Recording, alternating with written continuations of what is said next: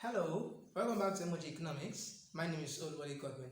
I promised us in the last class that we shall be talking about the absolute income consumption function, which is actually like a mathematical expression of the absolute income hypothesis. Now, we need to understand that this consumption function was put forward by John Maynard Keynes that state that income of a consumer can be spent on two things: consumption and savings. So income then equals consumption plus savings. So whatever, when an individual earns income, he either spends now or he spends later. Okay, so at the end of the day, spending now and spending later, what is spent now and what is spent later is going to equal. When we sum them up, their sum is going to equal the income that the consumer makes. Now, there is something that we need to understand before we move forward, that this consumption function didn't stem from an empirical observation with data. Now, John Maynard Keynes was just looking at it from the psychological point of view. So that is why this consumption function is usually regarded as the psychological laws consumption function. Okay, so John Maynard Keynes was just like, he observed as an individual, as a concerned individual of his time, that the income of an individual is equal to whatever he spends on consumption plus the amount he saves. Now, funny enough, the decision to consume is also the decision to save. Now, if I, as an individual, should earn 40,000 naira today, and I want to spend 30,000 naira on consumption, automatically that means I want to save 10,000 naira. Okay, so that is what happens, and that is what happens automatically. So if I decide to spend 25,000 naira today, that means I am saying that I want to save 15,000 naira for future consumption. So we can then look at this from another perspective and say that current income is, which is technically current disposable income equals current consumption plus future consumption, because savings is meant for future consumption. Now, what did Keynes observe? Keynes was saying that if the income of an individual increases, the consumption of an individual is also going to increase, but by lesser amount. So that is, if my income should increase from 40,000 naira to 50,000 naira, for example, and my consumption was, let me say, 30,000 naira before, when my income was 40,000 naira. So if my income should increase from 40,000 naira to 50,000 naira, I have 10,000 naira additional income. So that means that my consumption is also going to increase, but less than that 10,000 naira. So my consumption might increase from 30,000 naira to something like 37,000 naira, and I end up saving the remaining part. So that is also saying, in other words, that an increase in the income of an individual, the disposable income of an individual, will also lead to an increase in the savings of that individual, but at a lesser amount. So it's more or less okay, and an individual's income or an household income increases, and then consumption increases by lesser amount, and then the savings also increase by lesser amount, the initial increase in the income. So by the time we now put together the increment in consumption and the increment in savings, we then have the increment in income again. Okay, so let's move away from that, and vice versa. If the income of an individual should fall, or if an household income should fall, consumption will also fall by lesser amount, and savings will also fall by lesser amount, the initial fall in income. So this was what John Maynard Keynes observed, okay, and which he termed the psychological law, or from the psychological perspective of things, that okay, if my income should fall, does that mean I'm just going to reduce my consumption to reflect the total fall in income? No, my consumption pattern would decrease, my consumption spendings would decrease, but won't be as much as the decrease in income. Savings, of course, would also decrease, because on average would also decrease because of the reduction in income, but it wouldn't reflect the total fall in income. And if you put that to yourself as well, if your income should, let's say you were earning 15,000 naira before, maybe, I don't know, okay, let me say 15,000 naira. Let's say you were earning 30,000 naira before, and then somehow the income falls to 25,000 naira. That's a 5,000 naira fall in income. So are you trying to say that if your consumption before was around 18,000 naira, that's your consumption now? Okay, did I say an increase in income from, okay, fall, I mean, will your consumption now decrease to 13,000 naira to 30, from 80 to 30, reflects a 5,000 naira fall in income. That is not likely to be the case. Consumption might reduce, but it won't reflect the entirety of that 5,000 naira change. So that was what Keynes, was observing. So like I said, he wasn't using empirical data to check what he was saying, but he was just saying it from the human mind, from the human perspective. So what he was thinking as normal, that is normally driven by the human psychology. Okay, so that's it about that. Then what is the consumption function? So this is, whenever you see this, so this consumption function is actually the absolute income consumption function, which is used widely in macroeconomics. Okay, so we have C equals A plus BY. C equals A plus BY. Now this could be denoted, A could be something else, B could be something else, depending on the textbook that you're using, the teacher that is teaching you, and so on and so forth. But what is more important is that you denote what these parameters mean and the letters mean. You show what they mean at the end of the day. So C equals current consumption, C equals current consumption, A equals autonomous consumption. Okay, autonomous consumption. B equals the marginal propensity to consume, which is the slope of the consumption function. And then Y is the current disposable income. So in this case, I put disposable in bracket because it's not Y minus T. So if it were Y minus T, that would have been disposable income. But just have it at the back of your mind that, of course, what a consumer has left to spend is the disposable, is or disposable income. But we can just leave it as current income or just a current disposable income. Now, what does BY? What does BY mean? BY is induced consumption. So how do we define these terms? Current consumption, that's not a big deal. So what is autonomous consumption? Before you start earning income at all, you have been consuming. So that's just the truth. That's just the truth. In fact, when does an individual really, start to earn income? That's when you start to work, when you clock 18, when you join the labor force and you get a job, or you have a business that's bringing money, but you must have been consuming before that period. So the consumption that takes place before an individual earns any income at all is what is called the autonomous consumption. Okay, mathematically, we can say that it is the consumption that occurs when Y is 0. That is when income is 0. Okay, so the consumption that occurs is called the autonomous consumption. Okay, so that's that about that. And how is it financed? Okay, this consumption is financed by the saving or borrowing. Okay, before you start earning income, you need to consume. So what do you do? How do you go about that? You borrow from friends. You may borrow from, just borrow, or borrowing also means the saving, because income is equal to consumption plus saving. And if income is 0 and you are consuming, so your saving is a minus. So it's more or less you are trying to draw from the income that you earn in the future to consume now.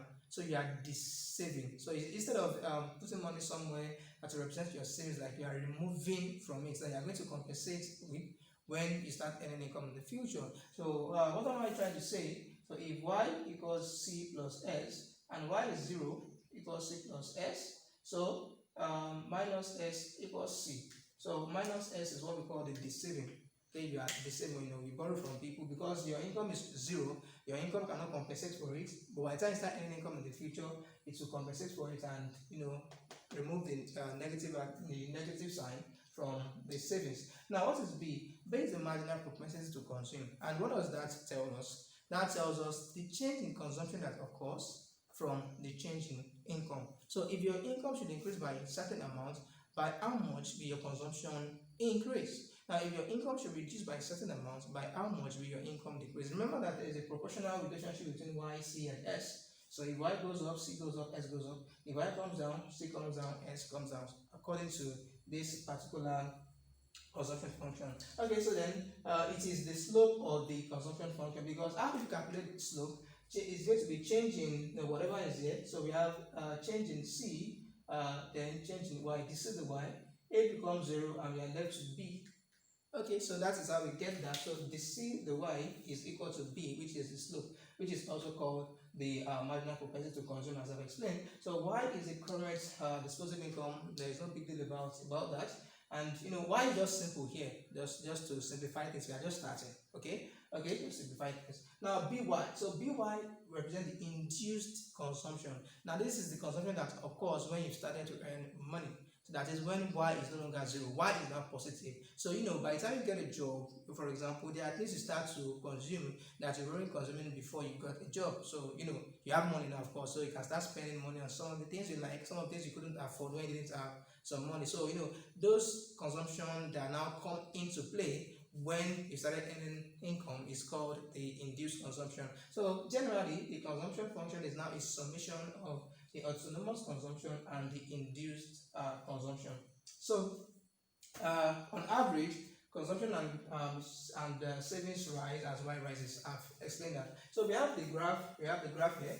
So the line is the graph is upward sloping. So you have consumption on the vertical axis. Then we have disposable income, current disposable income on the horizontal axis. So this is our origin. Now, what is the consumption line? Okay, where we draw is more or less a regression line. If we use data, so this is more of a regression line. It doesn't start from origin 0 to tell you that there is, even when to tell you that when y is 0, when y is 0, consumption is positive. Consumption is this, consumption is A. So from this point to this point, we have A. Okay? So if A were 20, if A were 20, that means when y is 0, A is 20, autonomous consumption is 20. So that is what we mean by this. Then from the parts, from this part, and from when the individual begins to earn income, so we have the line sloping upward. So all of this from here to here, so where the line is starting, where the line is intersecting the vertical axis, we have what we call the BY, which is the induced consumption. So before the consumption line, before the consumption line intersects the vertical axis, we have autonomous consumption, and after it does that and continues to move upwards, we have the induced consumption. Like I said, the line is upward sloping. Okay, so the slope is changing whatever is on the vertical axis and changing whatever is on the horizontal axis. So the C to Y is equal to B, which is the marginal propensity to consume. Now, what was the function that was used to plot out this line? This is the function C equals A plus BY. We could have infinite numbers, infinite combinations. So that's that about that. So I have before I get to that, so let's continue with this. Now we have something that we call the APC. The APC is called the average propensity to consume. Now it just measures the portion of income that is devoted to consumption. So that's that about it. The portion of income that is devoted to consumption. So if income were 15,000 naira and consumption were 12,000 naira, so C over Y, 12,000 naira divided by 15,000 naira, whatever it gives you is the average propensity to consume. So that is that. So we have APC equals C over Y. Now you see the value of APC can vary. The value of APC varies. Like I said, APC just measures the amount of the part of income that is devoted to consumption. So if an individual were earning 15,000 naira before, if an individual were earning 15,000 naira and then the individual consumes 12,000, spends 12,000 naira consumption. So 12,000 naira divided by 15,000 naira is going to give us the average propensity to, because whatever that gives us is the APC. Now, there's something that is important about the APC. The APC could be 1, could be greater than 1, and could be lesser than 1. Okay, the APC could be 1, could be greater than 1, and could be lesser than 1. So how is that the case? Is it, I was saying that APC is simply C over Y, that is the part of income devoted to consumption. When income is low, when the income of an individual is low, now what is going to happen to the APC? When the income of an individual is low, the individual has basic needs that he or she cannot cover yet. Okay, basic needs that he or she cannot cover yet. So when the income of an individual is low, first, by the time you start earning money, what we try to take care of is what we call our basic needs. So we try to food, shelter, clothing. You want to have good education, all of those basic needs. Those are the things you spend on them. While the income is now reasonably large, you can now start thinking of okay, let me just acquire this this luxury item that may not be luxury in the real sense, but let me just acquire something that it's not because I need it. Okay, but it's because I want it, so which could be expensive, or So now, when the income of an individual is low, you understand, the individual is not able to cover up his or her needs, the expenses or needs with that income. So at that point, consumption is actually greater than the income that the individual is earning, because the individual has to borrow to finance, the additional needs that he or she, he or she has, and the income cannot cater for. So at that point, what do you think the average propensity to consume is going to be? Now put it to yourself.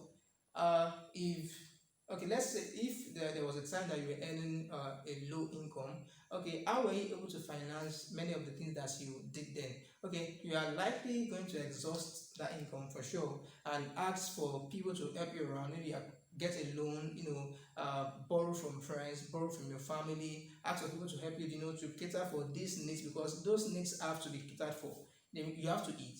Okay, you have to eat, you have to wear clothes, you have to live in a place, and so on and so forth. So because of that, consumption is greater than the income you're earning. So what is APC going to be? So in that case, let's assume that the income was 30,000 naira, but your consumption is actually 40,000 naira. So that means you need to borrow 10,000 naira from external. You need to get 10,000 naira from external sources. Okay, because your income is not enough to offset what your consumption is. So at that point, 40 over 30 is 1.33, which simply means that when the income of an individual is low,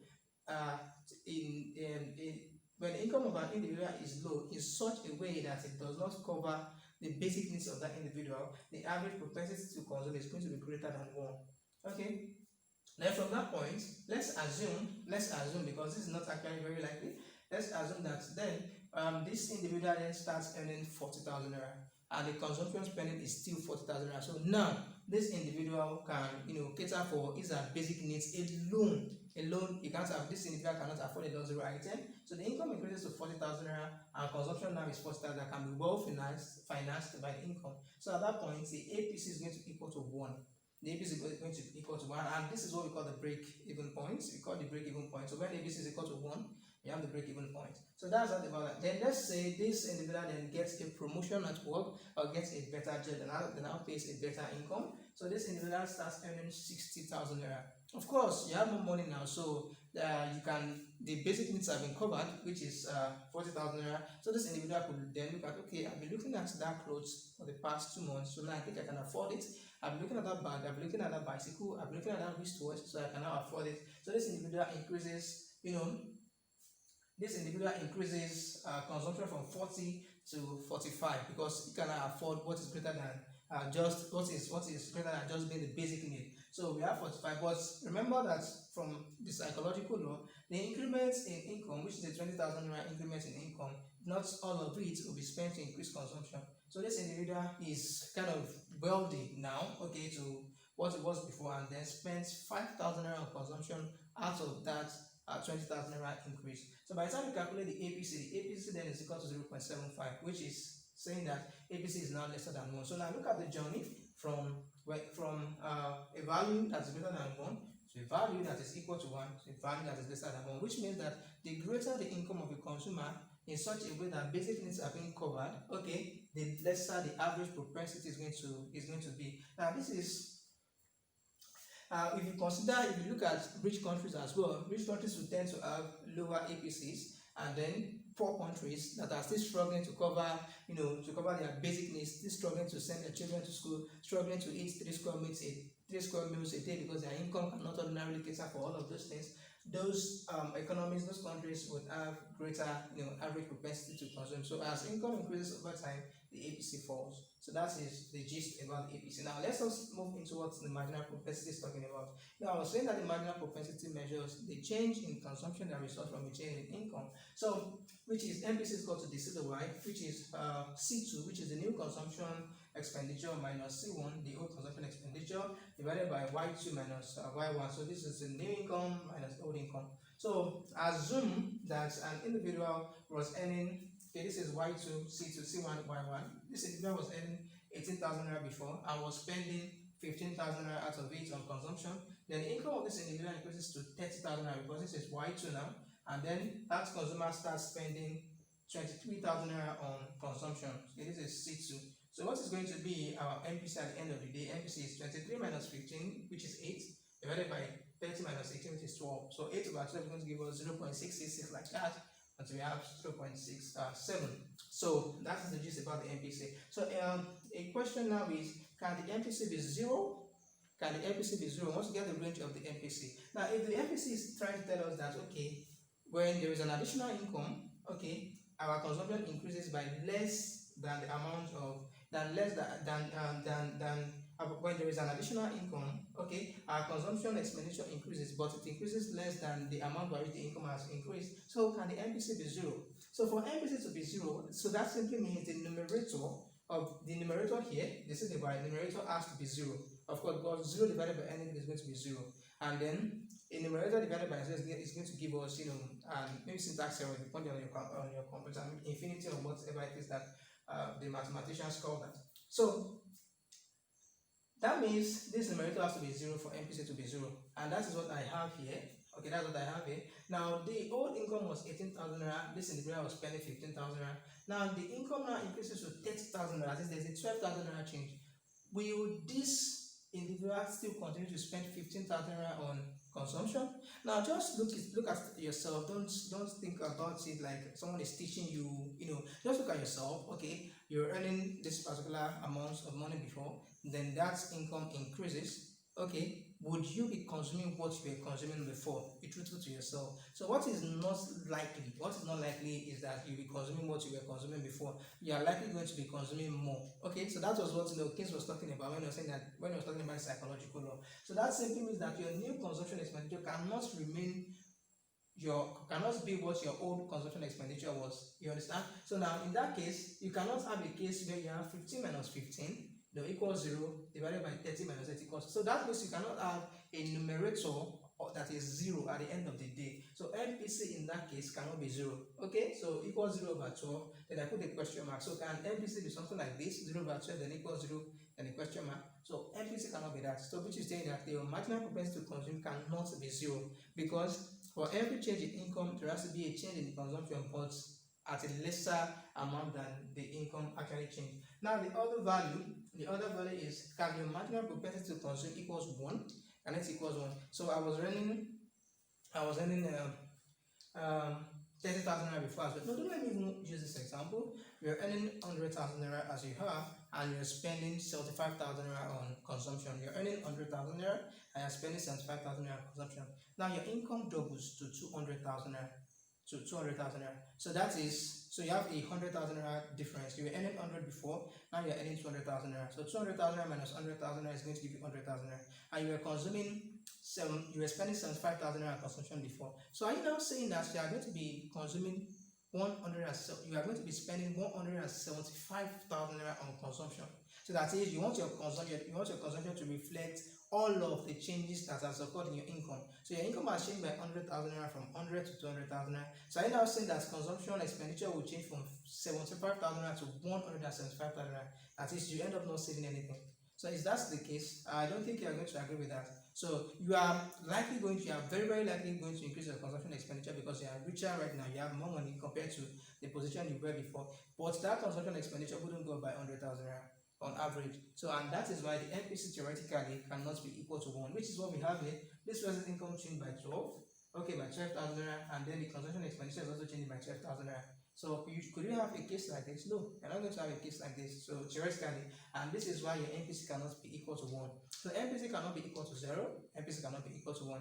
And that leaves us with something that MPC is a value that is between 0 and 1. MPC is a value that is between 0 and 1. It can't be 0, so we have something like this: 0 lesser than MPC, and we have the MPC lesser than 1.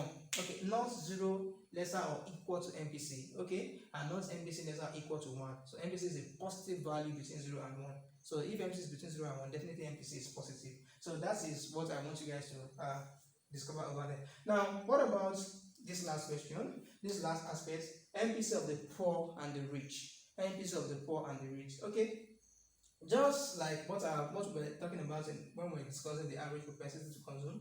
So MPC of the poor. Now, as I was saying before, that the poor have not been able to satisfy their basic needs initially. So when their income increases, they are likely going to spend almost all of that additional increase in income on consumption because they really have to satisfy their basic needs. Someone does not have a place to sleep. Someone can afford to eat but does not have a place to sleep, and then the income increases in such a way that the person cannot afford a place to sleep. Do you think the person would spend, on getting a place to sleep, an apartment or so on and so forth? And so because of that, when the income of the poor increases, the poor ends up spending most of that increment in income on fulfilling their basic needs, and that is exactly what makes their marginal propensity to consume to be high. Okay, to be high. So now I could just use this to denote the MPC of the poor again. So we have 30 minus 8, which means there's a 12,000 naira change in income, and then 23 minus 15, there's an 8,000 naira change in consumption. So a 12,000 naira change in income and then an 8,000 naira change in consumption. That is, this individual is spending 8,000 naira out of the additional 12,000 naira on consumption.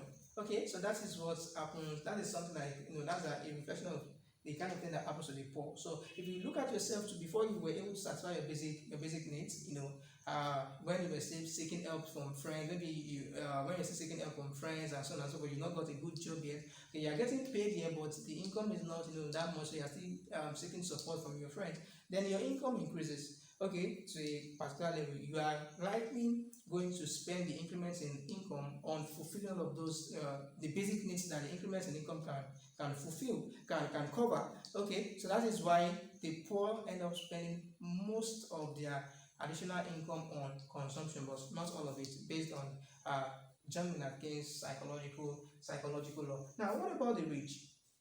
Now, the rich are the people that have been able to satisfy their basic needs already. They've been able to, they can take care of the family properly, they eat well, they exercise well, they could afford to travel, to spend on recreational facilities, they are well off already, so they are well beyond, they are well beyond what we call this subsistence level, of trying to meet your basic needs and so on and so forth. So for this kind of people, when there is an increase in their income, they do not spend a significant amount on average. Now, on average, they do not spend a significant amount of that increase in income on consumption. Okay, because what's the basic need that they've been satisfying those before. Now, there's something that you should then know that ordinarily the rich spend more than the poor. The rich talk in millions. Okay, and the poor, they talk in whatever it is that they are talking in. Let me just use that as as an analogy. So ordinarily the rich spend, when you're looking at the absolute amount that the rich spend, they spend more, far beyond the poor. Okay, but what is the result at the end of the day is that the rich have an MPC that is lower than that of the poor. Now look at this example.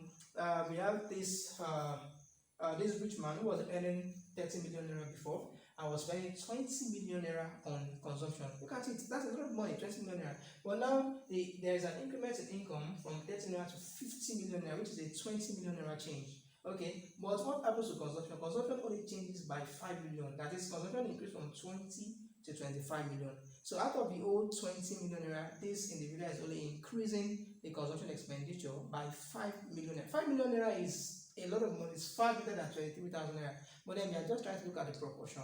Okay, the proportion of that, when you look at it from the aspect of the income. So at the end of the day, we have 5 million divided by 20 million, and that gives us 0.25. So that's a lower MPC. Now the same goes for poor and rich countries. Poor countries have a greater marginal propensity to consume, and rich countries have a lower MPC. So the more the income of, that's talking about the GDP of poor countries rise, ordinarily the less their marginal propensity to consume should be. Okay, and so on and so forth. So thank you very much for seeing this video. I will be talking about, I think, is it the multiplier? I think we'll be talking about the multiplier in the very next class. So please stick around. Make sure you subscribe, turn on notifications, comment, leave suggestions, ask any question that you didn't understand, and share this with your friends. See you next time. Thank you very much for watching.